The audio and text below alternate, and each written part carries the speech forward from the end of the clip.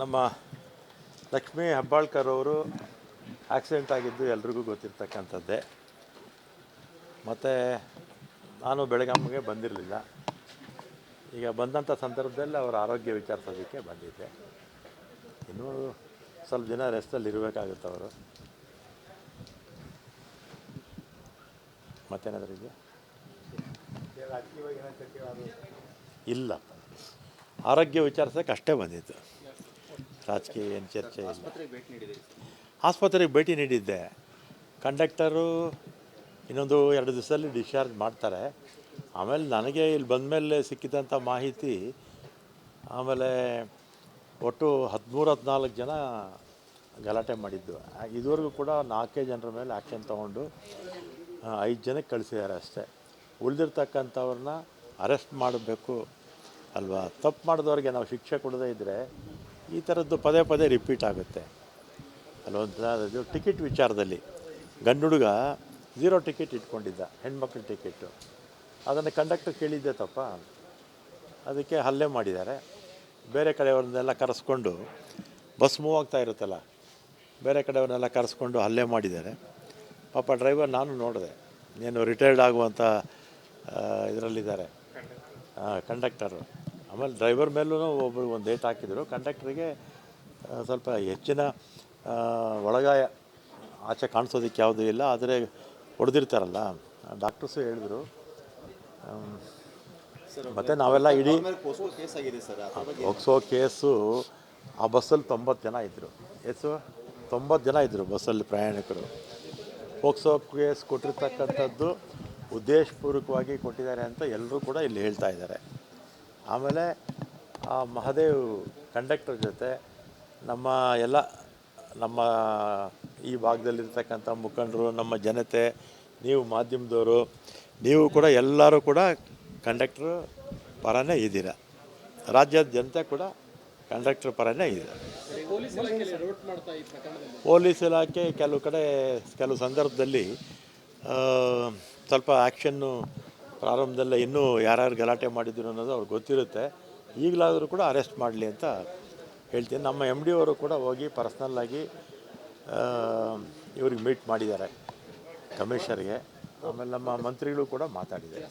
ನಮ್ಮ ಲಕ್ಷ್ಮೀ ಹೆಬ್ಬಾಳ್ಕರ್ ಅವರು ಆಕ್ಸಿಡೆಂಟ್ ಆಗಿದ್ದು ಎಲ್ರಿಗೂ ಗೊತ್ತಿರ್ತಕ್ಕಂಥದ್ದೇ.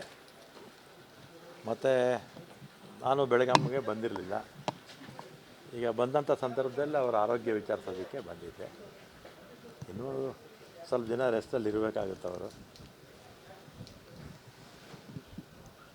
ಮತ್ತೇನಾದರೂ ಇದೆಯಾ? ಇಲ್ಲ, ಆರೋಗ್ಯ ವಿಚಾರಿಸೋಕ್ಕೆ ಅಷ್ಟೇ ಬಂದಿತ್ತು.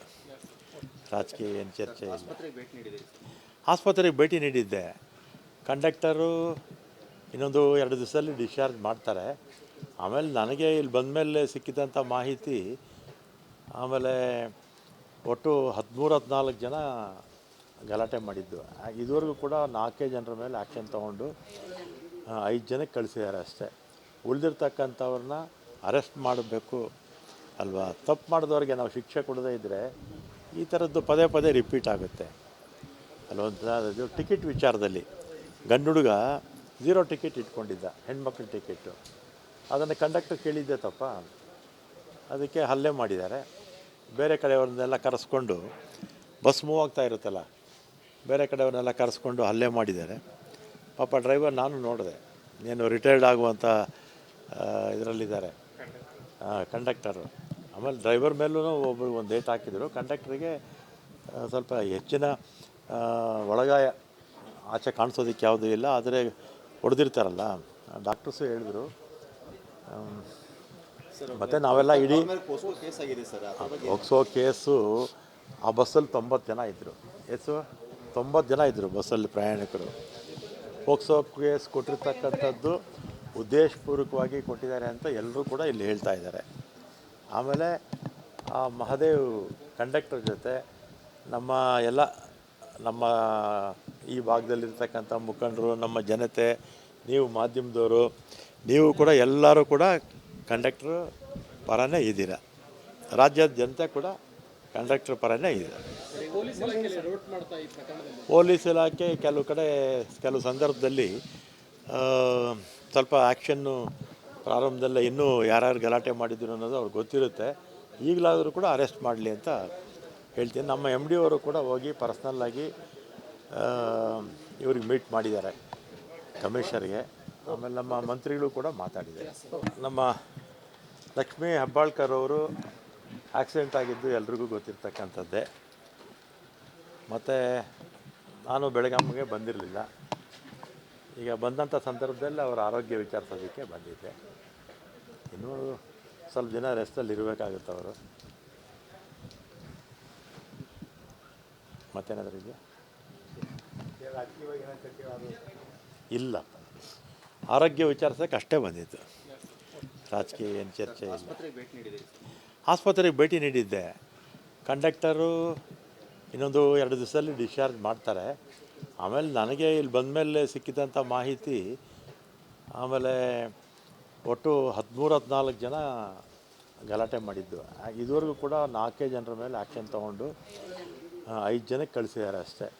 ಉಳಿದಿರ್ತಕ್ಕಂಥವ್ರನ್ನ ಅರೆಸ್ಟ್ ಮಾಡಬೇಕು ಅಲ್ವಾ? ತಪ್ಪು ಮಾಡಿದವ್ರಿಗೆ ನಾವು ಶಿಕ್ಷೆ ಕೊಡದೇ ಇದ್ದರೆ ಈ ಥರದ್ದು ಪದೇ ಪದೇ ರಿಪೀಟ್ ಆಗುತ್ತೆ ಅಲ್ವ? ಟಿಕೆಟ್ ವಿಚಾರದಲ್ಲಿ ಗಂಡು ಹುಡುಗ 0 ಟಿಕೆಟ್ ಇಟ್ಕೊಂಡಿದ್ದ, ಹೆಣ್ಮಕ್ಳ ಟಿಕೆಟು.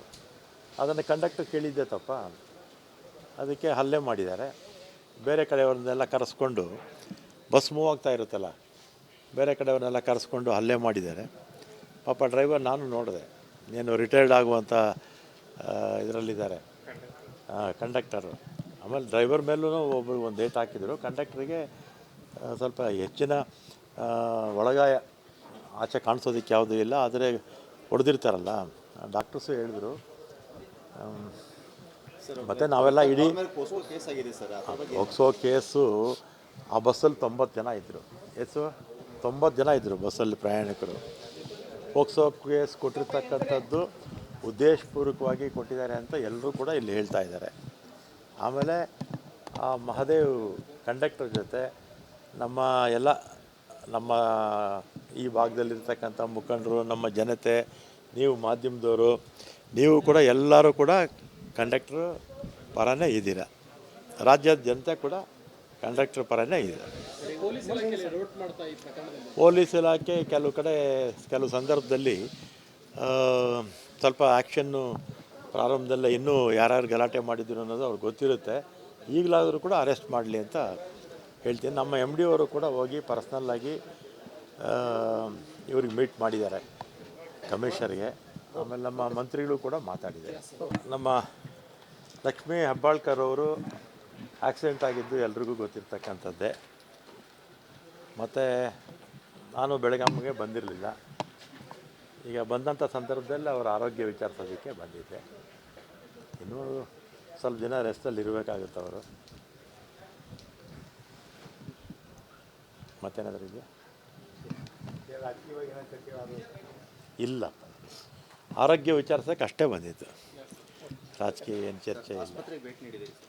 ಆಸ್ಪತ್ರೆಗೆ ಭೇಟಿ ನೀಡಿದ್ದೆ. ಕಂಡಕ್ಟರು ಇನ್ನೊಂದು 2 ದಿವಸದಲ್ಲಿ ಡಿಸ್ಚಾರ್ಜ್ ಮಾಡ್ತಾರೆ.